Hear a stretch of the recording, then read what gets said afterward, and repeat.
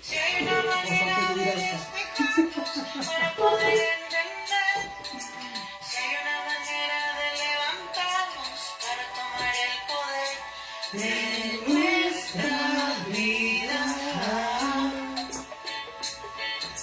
Si hay una manera de despertarnos. Ay, sí, nos despertaremos algún día, por favor. Que sea pronto, que sea pronto. Antes de llegar al ataúd, por favor, por favor.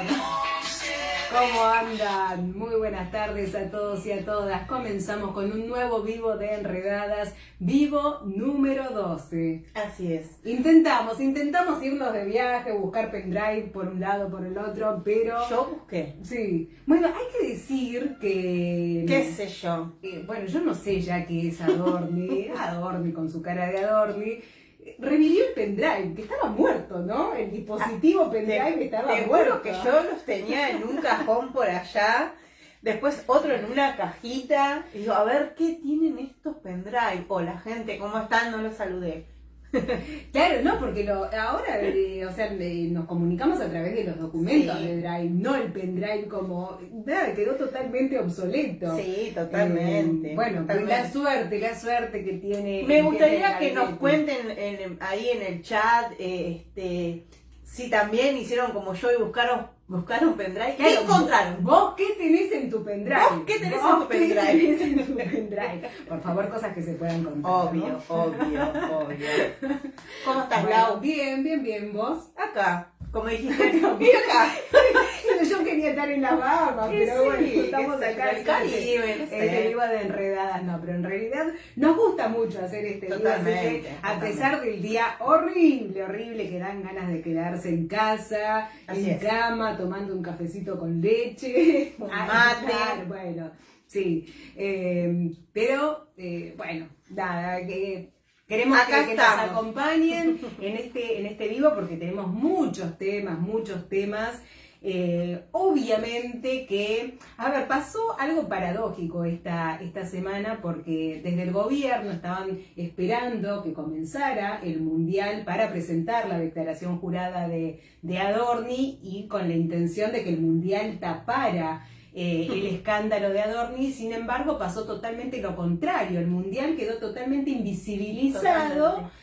Y todas las miradas puestas en las burdas mentiras de este jefe de gabinete que es la vergüenza nacional, ¿no? Sí, hay que remarcar que lo habíamos dicho ya el programa pasado, digo, no hay un clima de mundial, no se lo ve, muy poco, digo, puedo decir de mi caso, en el mundial pasado hasta me veía los partidos de otros países, sabía los horarios, sabía quién jugaba con quién, el grupo de qué. Bueno, esto este año no pasa, por lo menos no me pasa a mí y no pasa en general porque lo veo, lo charlo, lo hemos charlado estos días con varias personas. Y de esto que vos decís, lo de Adorni estuvo top 10. Sí, yo he escuchado varias entrevistas que se hicieron a distintas personas en la calle preguntándoles justamente sobre este clima mundialista y mucha gente manifestando que tampoco no estaban conectados con lo que estaba pasando por el mundial y ellos lo atribuían a la cuestión económica, ¿no? Que cada una está pensando en cómo parar la olla, en cómo llegar a fin de mes, en pagar las deudas, y es muy difícil que en este contexto tan apremiante que estamos viviendo, o por lo menos una parte mayoritaria de la sociedad, tenga la cabeza como para estar pendiente. Obviamente, a ver, somos un país futbolero, Total. es nuestra identidad nacional. Así que yo supongo que a medida que vaya avanzando el Sí, mundial, la o cuando selección, juegue la selección el argentina, martes juega la selección. vamos a estar pendientes. Vamos sí. a estar pendientes, obviamente. Digo, juegan en un horario bastante tarde un día de semana, pero bueno, vamos a estar ahí. Obviamente que sí. Sí, a mí particularmente, bueno, yo no soy futbolera, no me prendo a los mundiales, hace mucho tiempo dejé de lado el fútbol de mi vida y yo soy como muy extrema con las cosas, o me gusta mucho algo o no me gusta nada. Y particularmente lo que me pasa con este mundial que está organizado por 3 países, Estados Unidos, México y Canadá. ver lo que está haciendo Estados Unidos con las elecciones de los países africanos, de algunos países europeos, la verdad es que es tremendo la humillación también a la que deciden someterse, ¿no? Estos seleccionados que los requisan de arriba a abajo, las personas deportadas, gente que bueno, que no obtuvo la visa para ingresar al país. Un país como Estados Unidos, mientras destruye, mientras tira bombas a otros países, estamos en este circo. A mí particularmente, no me prendo. No hay algo que... Sí, es un poco ahí como... Sí, es Yo lo entiendo. que nos pasa a la mayoría, digo, es esto, digo, estar pensando que está Estados Unidos en un país que le hace todo esto a equipos, o sea, que no pasó, creo que nunca. Digo, me parece que hay ahí como un clima. Me hace acordar un poco cuando en el Mundial 94, que también fue en Estados Unidos, digo, había como esa cosa, no va a ser en Estados Unidos, sabemos que es Estados Unidos y lo que hace, ¿no? Sí, era otro contexto, otro Estados Unidos sí. que estaba mucho más poderoso, donde su hegemonía no estaba tan cuestionada como lo que Ahora está pasando en este momento. Y bueno, son esas cuestiones. Digo, ustedes saben que yo no puedo dejar de politizarlo todo, y yo entiendo que vivimos en un país futbolero y que muchas personas van a estar pendientes de la selección de Argentina, y está muy bien que así sea. También es necesario un poco de distracción en un contexto tan apremiante, pero bueno, es lo que me pasa a mí, son las sensaciones que tengo yo y no puedo dejar de manifestarlo.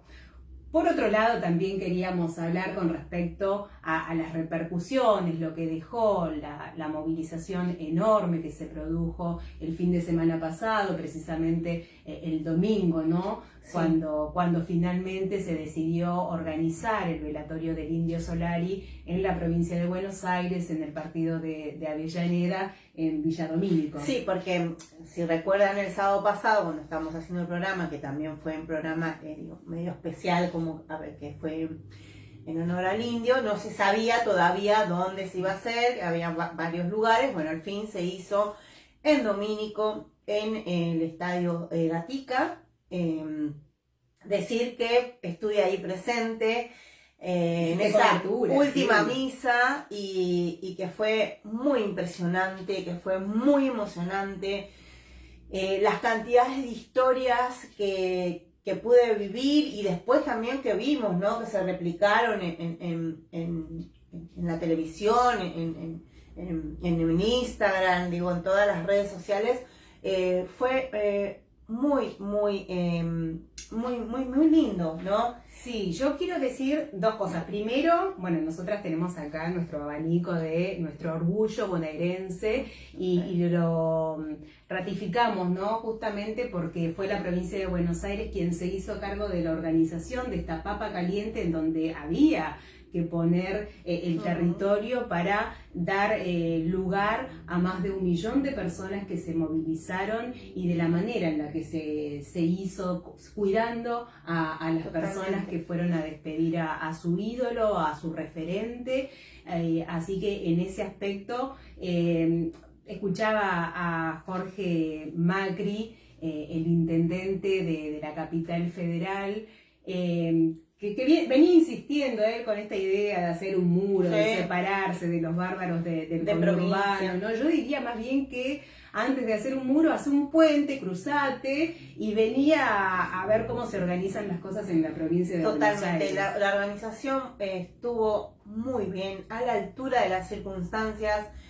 Hay que sacarse el sombrero con los bomberos, que hicieron un laburazo, la gente de salud comunitaria de la provincia de Buenos Aires también, organizando ahí, llevando adelante la fila.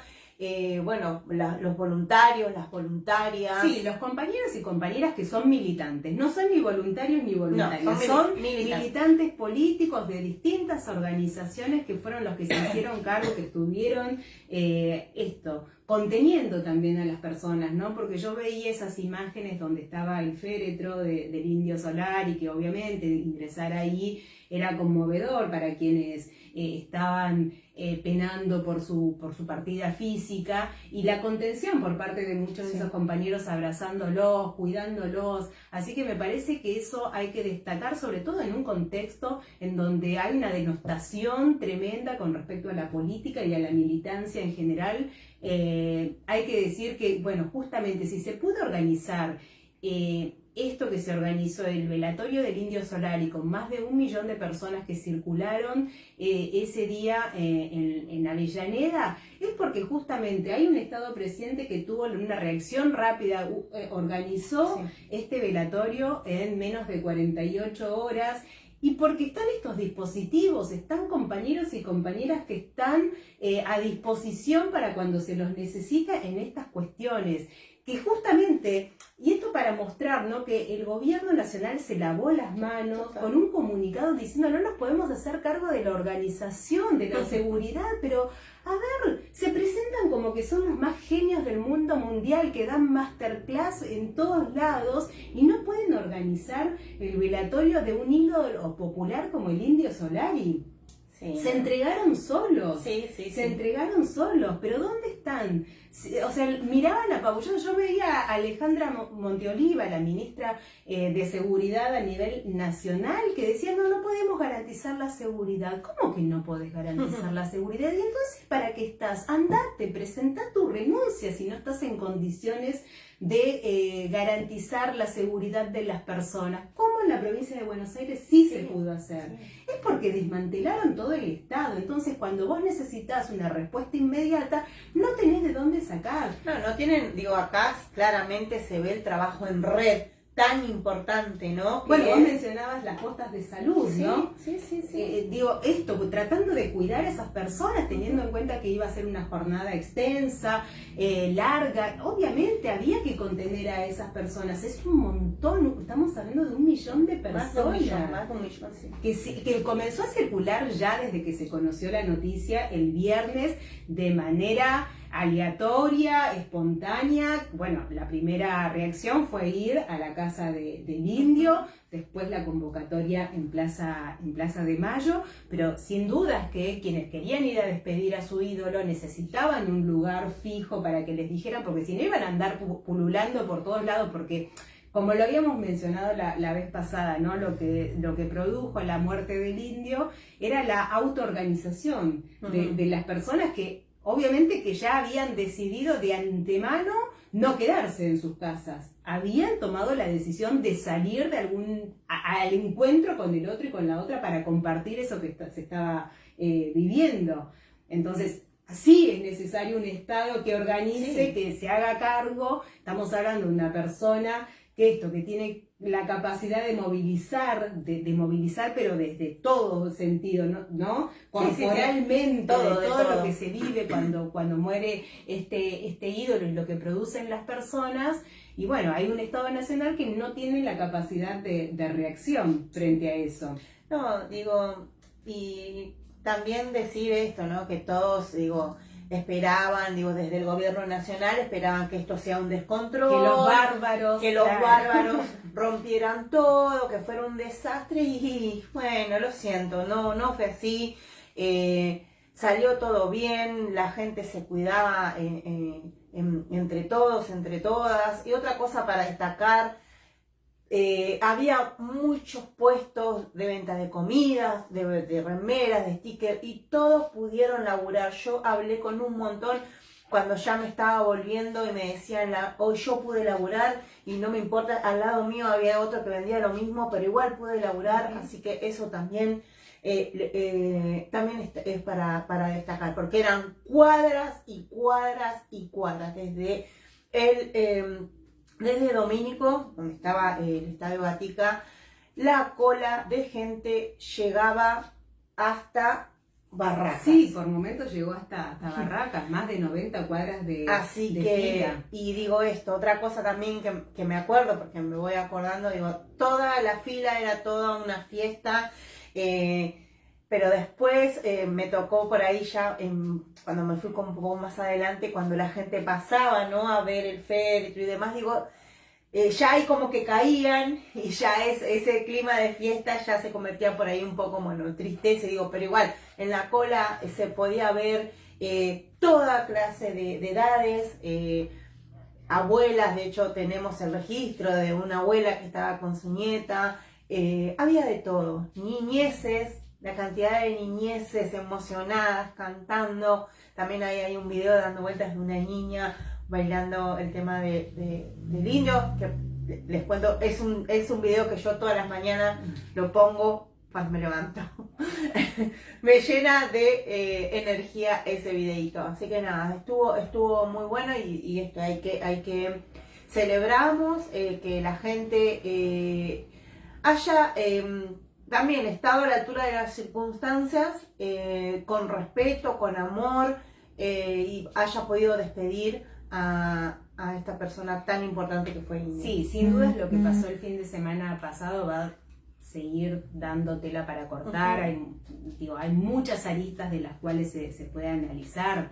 Esto, de repente que 1 millón de personas se movilizaran en un contexto en donde venimos hablando de que hay un estado anímico para atrás, donde cuesta mucho mover a las personas. Bueno, evidentemente hubo algo que hizo que estas personas se sintieran interpeladas para decir, tengo que estar ahí.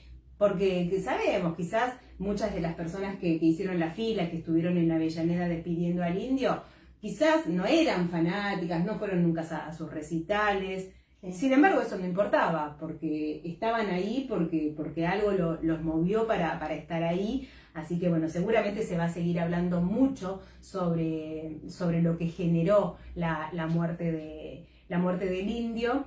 Pero también para que podamos pensar, ¿no?, en otras situaciones que puedan llegar a pasar en nuestro país, situaciones de tragedia, situaciones como la pandemia. Imaginémonos a este gobierno nacional teniendo que hacerse cargo de una pandemia, de una catástrofe, de una inundación, no sé, de lo que sea que pueda llegar a ocurrir, que te puede pasar si no están en condiciones ni siquiera de organizar un velatorio. De hecho, de inundaciones, eso ya lo hemos vivido en Bahía Blanca, ¿no? Sí. Que se lavaron las manos y después quizás, bueno, aparecieron, la provincia de Buenos Aires, Axel fue quien se puso al hombro todo ese laburo, y vuelvo a insistir, y me tocó, lo digo por conocimiento de causa, porque he ido las 2 veces a Bahía Blanca a laburar con el Ministerio de Salud a poner ahí el hombro cuando Nación dijo arréglenselas como puedan. Bueno, esa es una discusión que me parece que hay que seguir dando, porque en general solemos decir, bueno, es lo que prometió Milei en la campaña, que iba a ser el topo que iba a destruir al Estado desde adentro, y aún así votaron, el 56% de las personas votaron a esa propuesta de país. Pero me parece que después de 2 años y medio ya de la gestión libertaria, también tenemos que empezar a pensar sobre estas cuestiones, ¿no? Seguramente habrá mucho que discutir con respecto al funcionamiento del Estado, porque no es que creíamos que tenía un funcionamiento perfecto, no. Pero tampoco podemos prescindir de Estado en una sociedad en donde somos 47 millones de personas. ¿Cómo hacemos para organizarnos en esta sociedad si no hay un Estado que de alguna manera regule distintas cuestiones? Y además, qué mentira que es lo de que el Estado, que lo iban a destruir. Todo lo contrario, lo que están haciendo es apropiarse de todo lo que da el Estado, se lo están apropiando todo. Así que bueno, ahí también como para que podamos reflexionar acerca de eso. Ahí está Diego López, sí, el compañerito Diego López. De blanco y negra, los días jueves por un la web. Un suertudo, Diego López. Que nos dice, buenas tardes, acá sigo esperando el quilombo, salvo que llueva, dice, y... Está picante, Diego está metiendo el dedo en la llaga. Te calmas, Laura, lo dice. Lo veo en redes que está discutiendo con todo. Laura dice, te calmas. El fútbol de este mundial es lo que ocurre entre publicidad. Aguante la novela del pendrive. Bueno, sí, hay muchas críticas con respecto al fútbol o a lo que está pasando en el Mundial, pero extra futbolístico, ¿no? Como que, si bien obviamente vivimos en un mundo capitalista, todo es negocio, todo se quiere vender, pero yo creo que este Mundial es mucho más extremo todavía. Vemos a los jugadores de fútbol que, digo, lo vemos más en las publicidades, Total, comiendo hamburguesas que en la cancha. No, de todas las publicidades, de todas las publicidades, y esto también, de que con la intención de que prenda, ¿no? El mundial, y bueno, la publicidad de alguna manera sirve para eso, así que bueno, estamos invadidos por este clima mundialista, o esa es la pretensión. Después hay que ver si lo logran o no. Veremos qué pasa ahora después del primer partido de Argentina el martes. Bueno, lo verás vos, yo no voy a ver nada. Yo lo voy a ver, yo sí. Lo voy a ver. Voy a tomar una birra y lo voy a ver. Vos para tomarte la birra, vos buscás cualquier excusa para la birra. Ahora soy un poquito más del vino. La birra me hincha mucho. Bueno, vamos a continuar. Seguimos. Bueno, hablamos de esto, ¿no? Sí, ¿Te parece? Sí, por supuesto.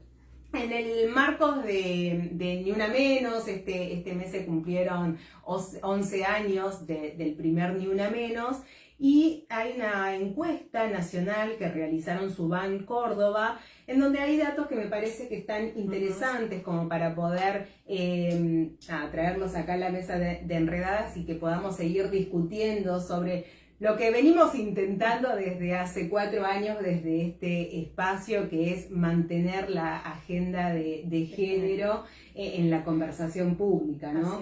En un contexto que es muy difícil, lo decimos permanentemente, pero aún así, y la verdad es que los hechos no nos desmienten, todo lo contrario, reafirma que tenemos que seguir hablando de estas cuestiones.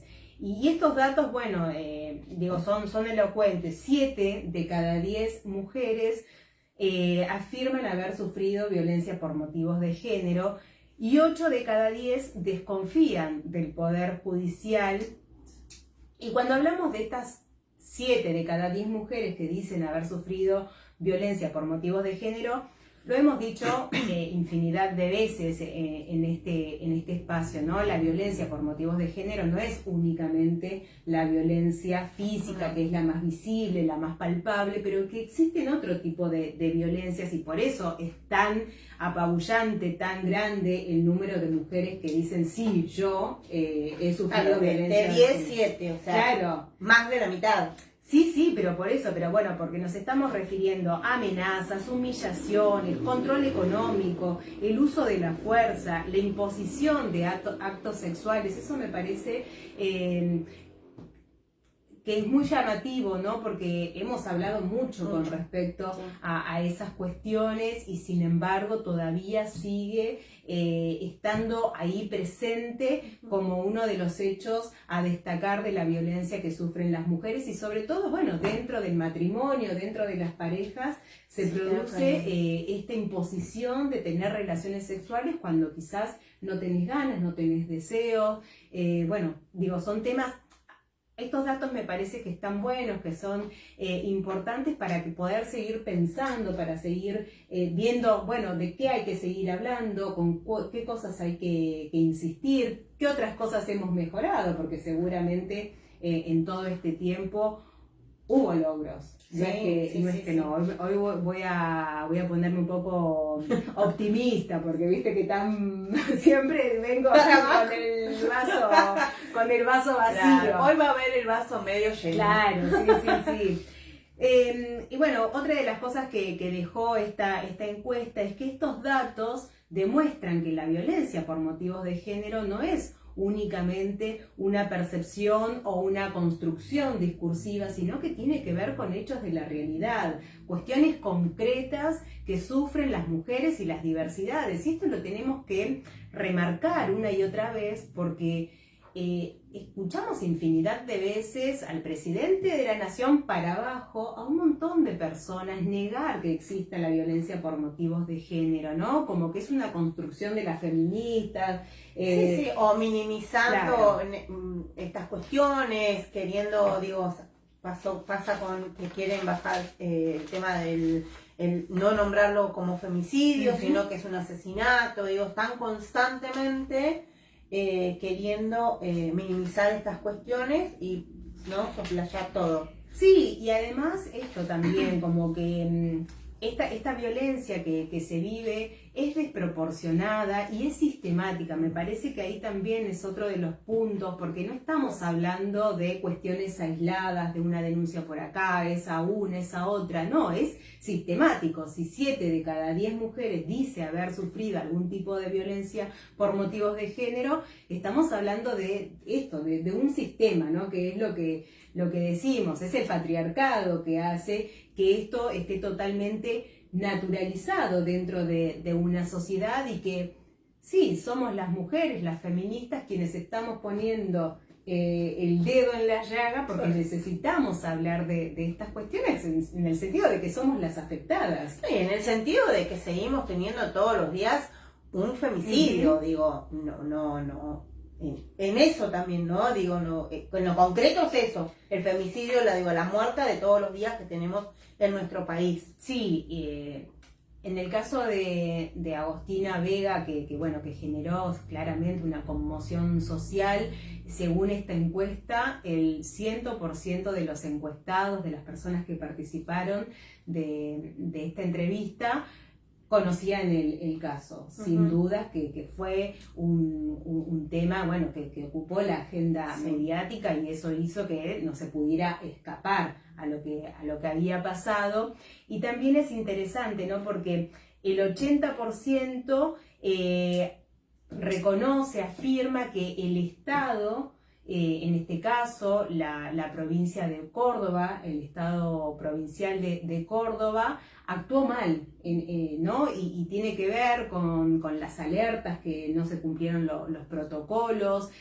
A ver, yo no sé si se hubiese evitado la muerte de Agostina si inmediatamente se hubiese dado cuenta de la alerta Sofía, ¿no? Pero más allá de eso, hay un conocimiento por parte de la población de cuáles son los protocolos que se deberían seguir. Los que todavía no se dieron por enterados es el Poder Judicial, ¿no? Sí, totalmente. Y en muchas de las provincias donde tampoco, desmantelaron secretarías, ¿no? Direcciones con políticas, de motivos de género, también.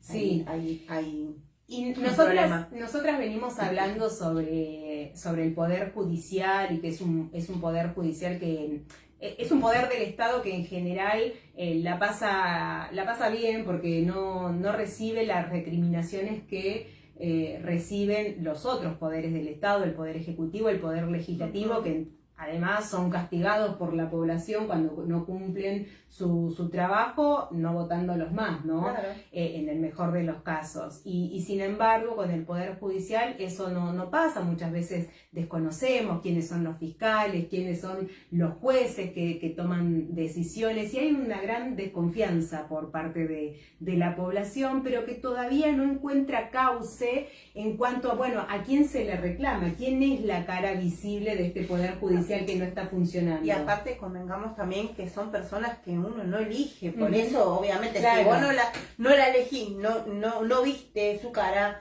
no vas a... Sí. Yo con la mayoría de las personas que he hablado no tienen ni idea quiénes son las personas que están adelante del Poder Judicial. No tienen, desconocemos los procedimientos, cómo es el funcionamiento. En este caso de la alerta Sofía, sí, es algo que se hizo público y que las personas saben y entienden que frente a la desaparición de una persona es importante dar alerta inmediatamente. para que se conozca a nivel nacional que hay una menor desaparecida, ¿no?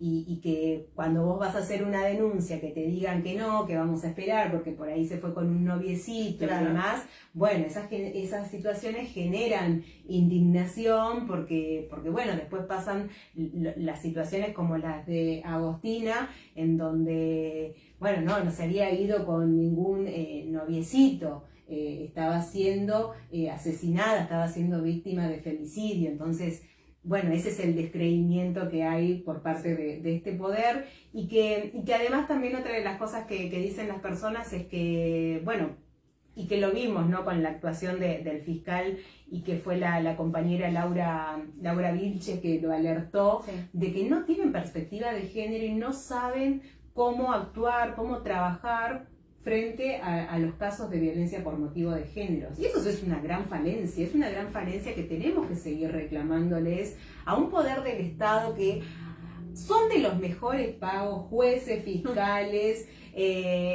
hasta el empleado administrativo más raso tiene el mejor salario, debe ser promedio de nuestro país. Entonces me parece que hay que exigirles en estas cuestiones. Tienen que dar respuestas a la ciudadanía. Y tienen que capacitarse como los demás poderes. Digo, sí, la ley Micaela, a ellos no... No, claro, no están por encima de los otros poderes. Claro, tiene que ser igual. Y más en esto, ¿no? Porque son las personas que tienen que actuar cuando pasan... cuando hay un secuestro, cuando es una denuncia. Sí, y además tienen que dar cuenta a la ciudadanía. Los fiscales están en representación justamente de las personas y tienen que dar cuenta de su trabajo, de lo que están haciendo. Yo entiendo que muchas veces las causas están bajo secreto de sumario y hay cuestiones que justamente para no entorpecer el procedimiento no se puede decir públicamente. Pero sí, en un caso como en el de Agostina, que había generado tanta conmoción, que las personas, toda la comunidad cordobesa y todo el país en general estaba pendiente de qué era lo que se estaba investigando, bueno, no podemos encontrarnos con un fiscal que felicita a un perro por haber encontrado un cuerpo descuartizado.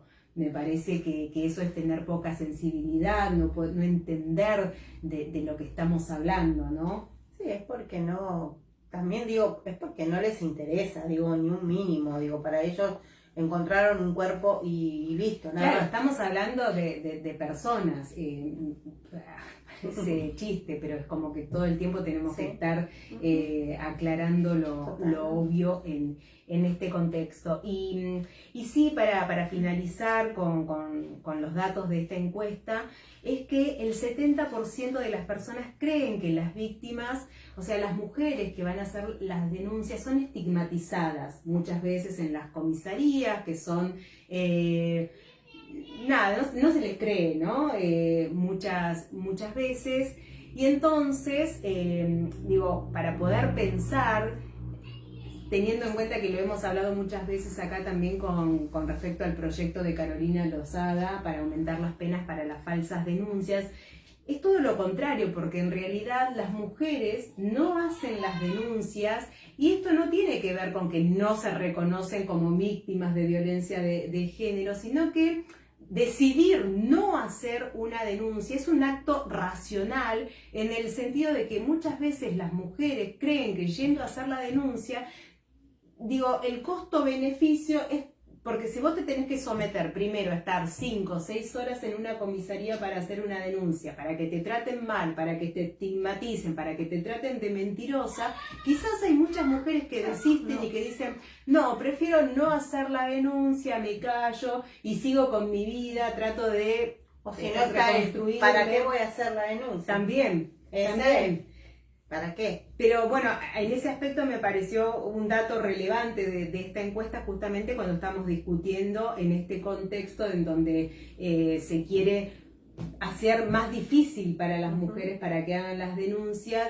Las mujeres de por sí muchas veces deciden no hacerla para, para no tener que sufrir en las comisarías o en la mirada también de los otros y las otras, ¿no? Hemos visto infinidad de veces a mujeres que han denunciado a sus parejas y que han recibido del entorno familiar, de amigos, de compañeros, el rechazo de esa mujer por denunciar a ese varón que es tan bueno, que es tan amoroso, ¿no?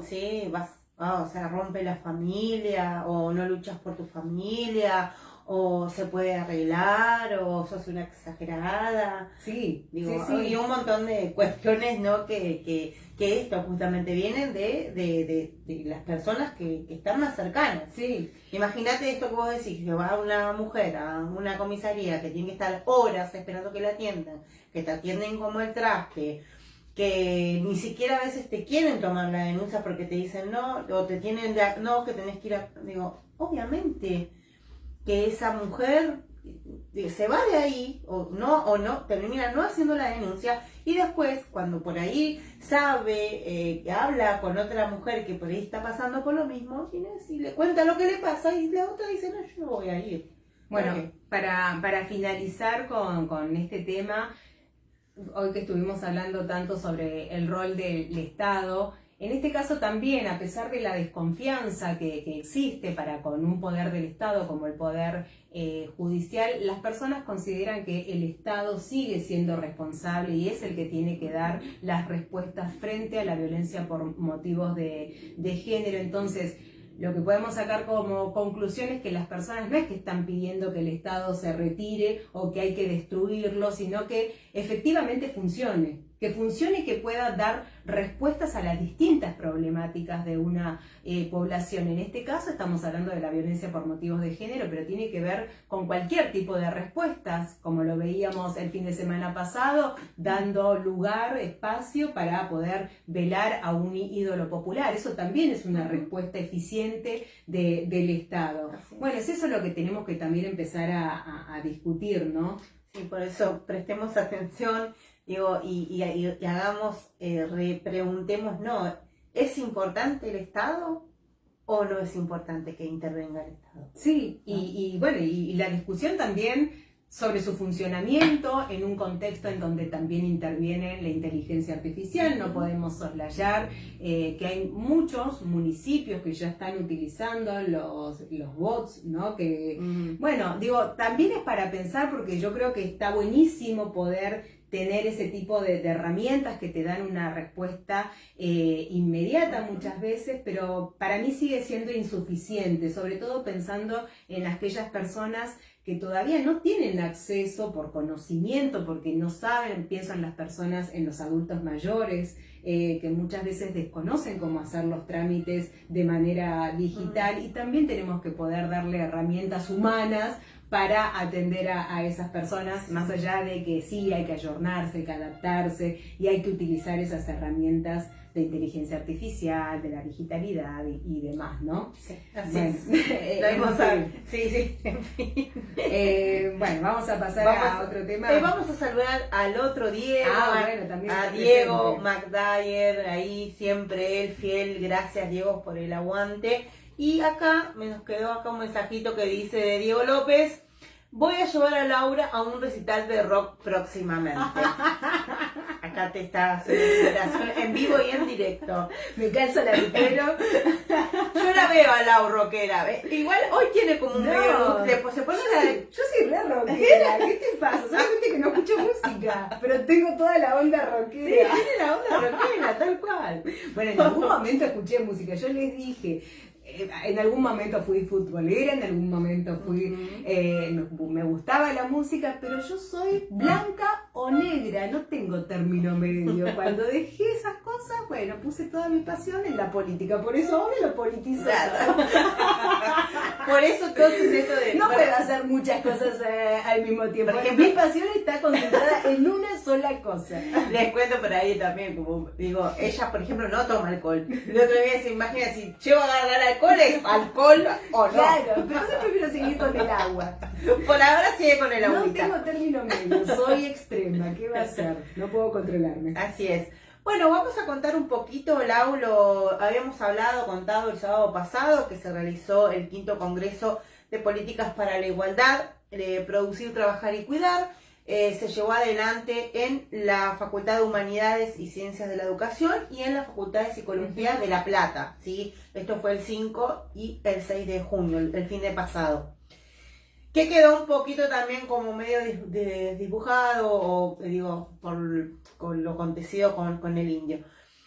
Con el eje en las políticas de producción, de trabajo y de cuidados de géneros, se encontraron en este congreso referentes internacionales, autoridades de las provincias, municipios, salud, educación, organizaciones sociales, organizaciones gremiales,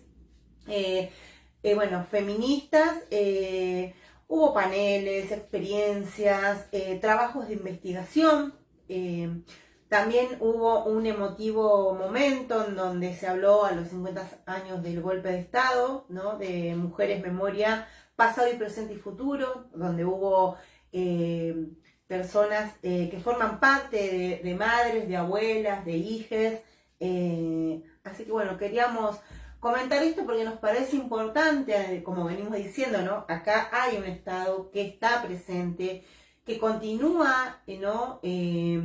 Desarrollando políticas, en este caso que tienen que ver con género, del trabajo siempre en comunidad, del trabajo en lo colectivo. Sí, nosotras nos habíamos quedado con las ganas de ir. Esto ocurrió el fin de semana pasado, el viernes fue la primera fecha del encuentro, que justamente estaba Axel Kicillof, el gobernador de la provincia de Buenos Aires, junto a Estela Díaz, que es la ministra de Mujeres y Diversidad allá en la provincia. Y está bueno esto porque lo destacamos permanentemente, que es es la única provincia que mantiene un ministerio de mujeres y diversidades, y me parece que hay que destacarlo, hay que destacar este tipo de encuentros. Como vos decís, sí, seguramente quedó un poco desdibujado por lo que aconteció con el indio, pero nosotras no queríamos dejar de mencionarlo porque también permiten seguir pensando las nuevas problemáticas, que todo el tiempo hay que seguir reelaborando, repensarnos también, ¿no? Con cuestiones que hace un tiempo por ahí pensábamos y que hoy, frente a la realidad, tenemos que modificar algunas cuestiones. Me parece que está bueno, ¿no? Nosotras veníamos hablando de, bueno, que el caso de Agostina había generado también o que por lo menos nosotras lo percibíamos de esa manera, como un quiebre en los varones, que habíamos visto que por primera vez muchos públicamente comenzaban a interpelarse, a decir, bueno, ¿qué es lo que podemos hacer nosotros en estas situaciones? Y bueno, de eso también se trata, ¿no? Estos encuentros, poder pensar estas nuevas problemáticas que se producen, y quiero mencionar a una entrevista que le hicieron a Ricardo Darín en España, en un programa, en donde habló justamente del caso de Agostina, y que bueno, que me pareció interesante, bueno, porque la figura de Darín, relevancia internacional, de hecho lo estaba haciendo en un programa en España, y estaban hablando sobre esta problemática con un conductor también varón, y que se pudieran hablar de estas cosas. Me parece que hay que destacarlo, y hay que empezar a darle manija. Que se animen también a eso, a interpelarse, que fue lo que él hizo, ¿no? Bueno, a ver, ¿qué es lo que estamos haciendo como varones? Porque son los varones quienes matan a las mujeres, y bueno, y él también es como que empezó a sugerir revisarse, ¿no? Sobre los comportamientos y las conductas del pasado, que claramente las conductas del pasado no se pueden modificar. Lo que ya se hizo, pero sí es importante poder pensarlo hacia el futuro, hacia el presente y hacia el futuro. Bueno, quiero seguir comportándome de esta manera, quiero seguir avalando chistes machistas que denostan a las mujeres. Bueno, son esas cosas que son pequeñas, pero que nada, que ayudan a tratar de generar una sociedad que pueda estar libre de ese tipo de violencias. Claro, pero eso hace a lo que venimos hablando todo el tiempo, si no se hace ese quiebre, ese cambio, no va a haber no hay ese quiebre, no va a haber ningún cambio de nada, no, porque si nos quedamos con que el varón ejerce la violencia o dice tal cosa y me quedo con eso, no, acá hay que prestar atención a eso. Obviamente eso, como lo dijimos, lo van a ver ellos, cómo lo van a hacer, pero está, o sea, la voluntad o de que digan, bueno, no la voluntad, sino que digan, esto ya no lo queremos más. No voy a dejar no voy a hacer más estos chistes, con un ejemplo, ¿no? En el grupo de WhatsApp, si alguno dice alguna cosa, le voy a decir, che, ¿te parece? No da, es un paso, pero se tiene que dar. Sí, por eso me pareció que estaba bueno lo que dijo Darín, aparte él destacaba, ¿no? No es un tema de mujeres, es un tema que nos interpela a los varones, básicamente, porque son los varones quienes ejercen la violencia, pero para eso también hay que hacer una revisión, hay que poder pensarse, pero sinceramente, y sin necesidad de hacerlo públicamente, ¿no? Y me parece que tampoco no digo que vamos a hacer una amnistía para aquellas personas que ejercieron violencia y que, bueno, listo, ya está, lo que pasó, pasó. No. Pero sobre todo me refiero a la violencia simbólica, que es la que está mucho más instalada, la que pregna muchísimo más, la que está naturalizada, con la que convivimos permanentemente en nuestra vida cotidiana y que incluso muchas veces ni siquiera nos damos cuenta que es un acto de violencia. Bueno, sobre esos pequeños comportamientos hay que empezar a poner la mirada, son los varones que tienen que empezar a repensarse sobre esas cuestiones. Así que en ese aspecto yo quería destacar la entrevista que le hicieron a Darín y que tiene que ver también con lo que pasó en este 5º Congreso en la provincia de Buenos Aires, ¿no? De poder repensar nuevas cuestiones. Así es. Y también, para agregar, qué importante que es esto, ¿no? Figuras mediáticas o también influencers empiecen, ¿no? a hablar de estas cuestiones, porque sabemos que en las redes sociales mueve todo y todo se viraliza. Bueno, se animó Darín es un personaje súper importante. Sí, hay algunos que otros, pero bueno, después tenemos a una Lali que en plena cancha de River, con la cancha llena, en un recital, en un montado y en un re-show, hace un parate, hay un silencio y ella menciona, ¿no? El 3 de el Ni Una Menos, los femicidios. Son personas, sabemos que Lali es una persona que se la juega, que dice lo que piensa, no le importa después si la señalan, si le dicen lo que le dicen, no importa, pero la escucharon un montón de pibas, ¿no?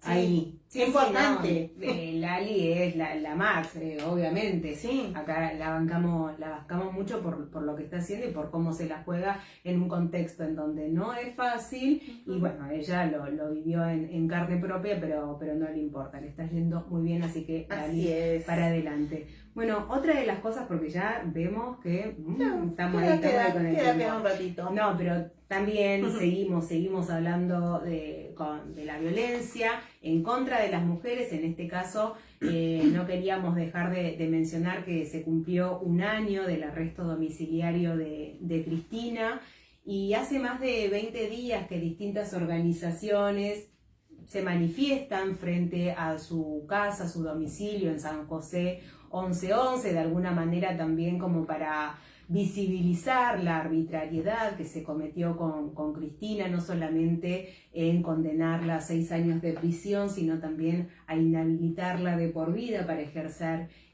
cargos públicos. Y es un poco en el intríngulis que está el peronismo y en donde no puede salir. Nosotras, más allá de la discusión que se está dando entre la cámpora y quienes respaldan a Axel Kicillof.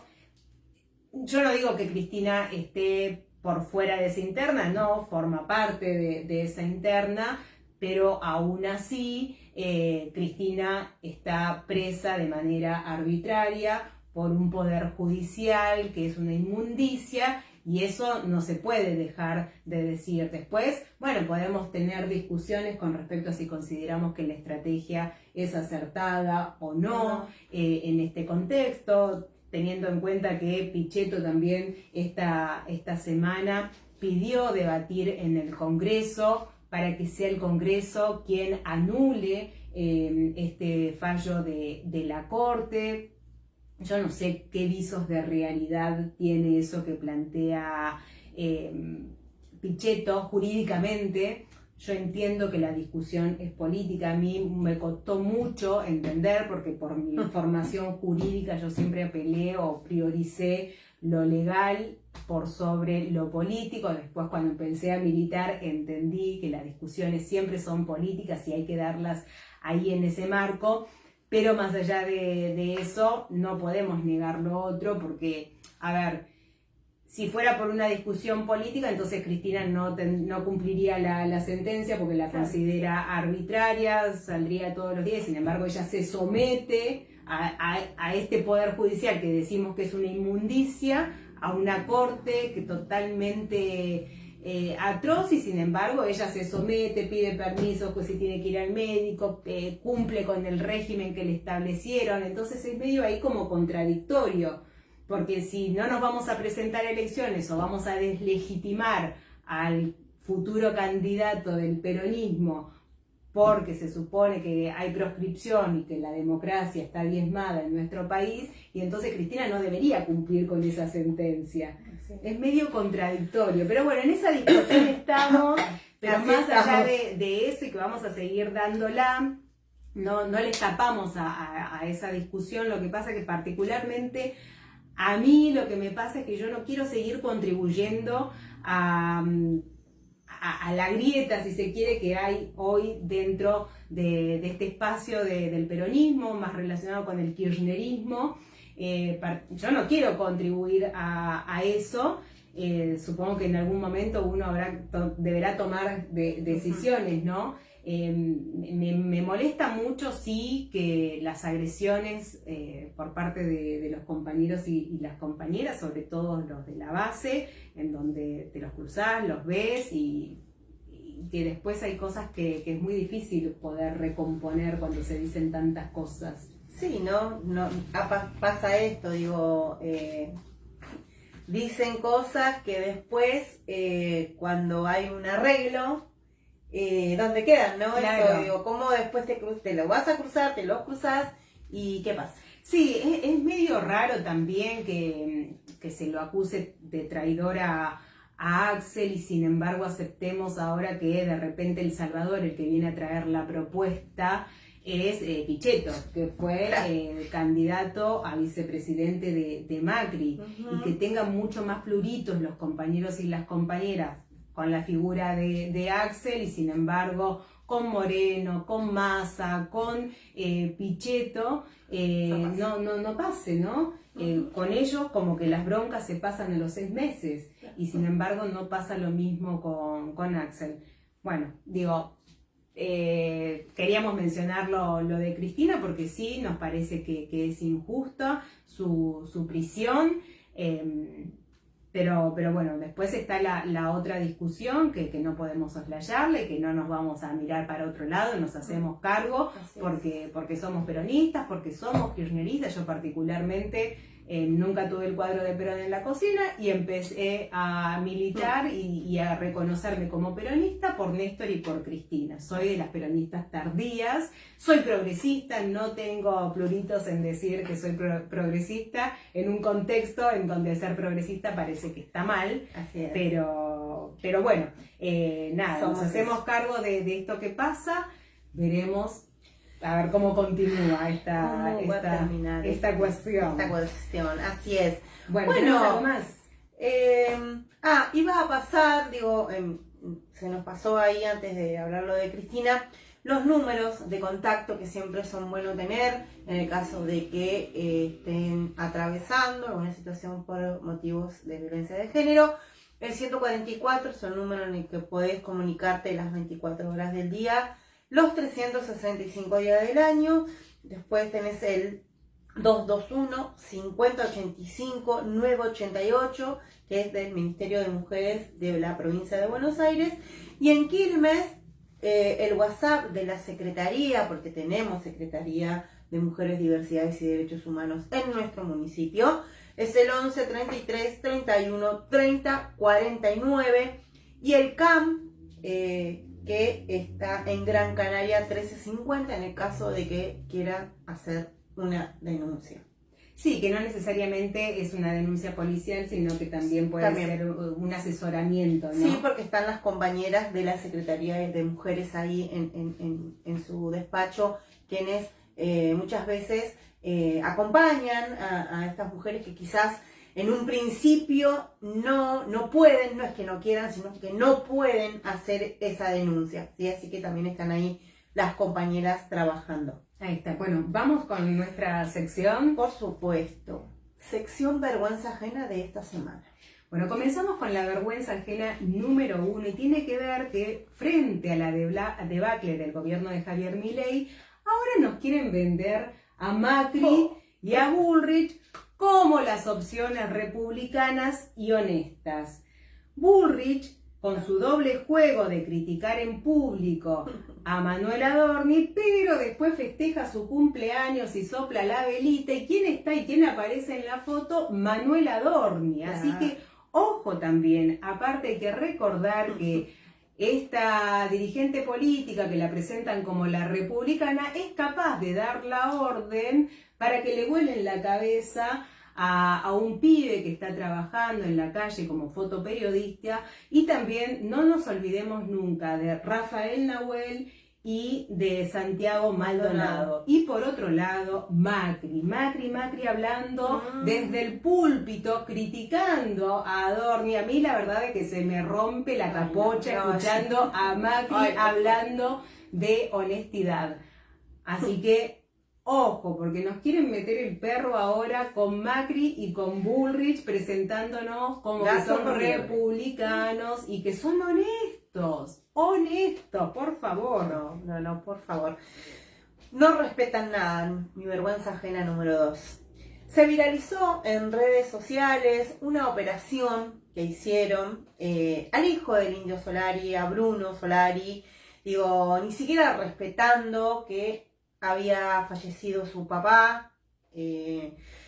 Nada, los mismos de siempre, en las redes sociales, los mismos mercenarios, empezaron a operar, que bueno, Bruno trabaja en la legislatura bonaerense, en el área de comunicación, y lo que decían era que era un ñoqui, ¿sí? Que era un ñoqui, obviamente, que tenía un puesto político. Bueno, esta opereta se les cayó así, en un 2x3 o en un 3x2. Porque se supo que sí, trabaja, ¿sí? En el área de comunicación de la legislatura porteña, en un horario de lunes a viernes, ¿sí? Cumple su horario laboral, pero lo que se destacó y lo que dejó a todos, ¿no? Como y ahora en qué agujero me meto, es que él dona su sueldo al Garrahan. Justamente el Garrahan, uno de los hospitales más golpeados por este gobierno, haciendo, ¿no? Esto que habla de este pibe que, bueno, fue creado por Indio Solari, no creo que hay nada más que agregar. Así que, nada, son una vergüenza ajena todo el tiempo, constantemente. Bueno, vergüenza ajena número 3 tiene que ver con que el régimen tributario de nuestro país es cada vez más regresivo, en donde pagan más impuestos los que menos tienen, mientras que los más ricos del país pagan menos impuestos. Además, están beneficiados con rebajas de bienes personales, la reducción de retenciones, beneficios fiscales, y este esquema convirtió a la Argentina en el segundo país de América Latina en donde los que menos tienen terminan pagando más. Pero atención, ojo, porque el FMI exige nuevas modificaciones, pero no para que el sistema tributario sea más equitativo, sino para que sea más regresivo aún. Ahí también tenemos que poder pensar por qué los sectores populares hablan permanentemente de bajar los impuestos cuando en realidad estamos pagando permanentemente más impuestos que los más ricos. Bueno, digo, ahí tenemos que estar prestando atención porque se va a venir la reforma tributaria y ya estamos en el segundo país con un régimen tributario más regresivo de América Latina. Vergüenza ajena número 4. Defender la patria y hacer Uber. El gobierno habilitó el pluriempleo en el personal militar. Así es. Ante el severo retraso salarial que está sucediendo en los cuarteles, quedaron habilitados por el ministro la ministra de Justicia para que los trabajadores, el ministro de Defensa, para que los trabajadores militares puedan trabajar en el sector privado como seguridad, hacer deliveries, trabajar de Uber. Así que bueno, nada, estas personas que venían diciendo que iban a hacer una revalorización de las fuerzas de seguridad, hoy los mandan a hacer Rappi. Así que a llorar al campito. La verdad es que eso no nos conmueve nada, No, pero, por eso digo, a llorar al campito. Pero sí nos parece una vergüenza ajena total. que, esto se precarice y se habilite la precarización por parte del Estado Nacional. Totalmente. ¿No? Los que venían a destruir al Estado. Ay, En fin. ay, cosas que pasan. No, este país, la verdad, que da para todo. Tener que soportar que Manuel Adorni siga siendo el jefe de gabinete de ministros con esa cara, con la cara de Adorni que tiene, la verdad es que más humillación. Y que maneje que pase Sí, por ahí el todo el presupuesto. presupuesto de nuestro país. Que lo meta en un pendrive y por ahí terminamos pagando la deuda externa, ¿no? Porque ya que multiplica los panes. No, ¿sabes lo que pensaba? Yo creo que ahí durmieron, porque para mí la mejor excusa que hubiese puesto Adorni, ¿se acuerdan del evangelista que había dicho que tenía, cuando le empezaron a preguntar cómo hizo para construir esa iglesia en el Chaco, creo que era, que dijo que él había metido en su caja fuerte pesos y que se transformaron por obra divina en dólares? ¿Cómo no se te ocurrió eso? Es que no le da la cabeza. Anda a buscar el pastor, Adorni, anda a buscar el pastor. De repente los 3 millones que cobrabas como secretario, como ministro de comunicación, te los transforma en dólares así, en un santiamén. Ahí estaba la mejor defensa. Dormiste. No le está la cabeza. Bueno, gente. Y a nosotros tampoco. A nosotros tampoco. ¿Cómo hacer para sobrevivir a este país, a este mundo? No se puede. Me voy a mirar un partido de fútbol del mundial. Bueno, gente, gracias. Llegamos al final, nos pasamos un poquitito, pero bueno, nada. Como siempre, gracias por el aguante. Hace un frío afuera. No quiero quejas al team frío. Ella porque se queda acá, yo me tengo que ir. Frío, yo no quiero ni mu, se la bancan, se bancan el frío. Bueno, que tengan un buen fin de semana y me quiero despedir con esta frase: sin bajar los brazos, porque a la rebeldía no se renuncia. Chau, gente, que tengan un fin de largo. Bueno, Chau.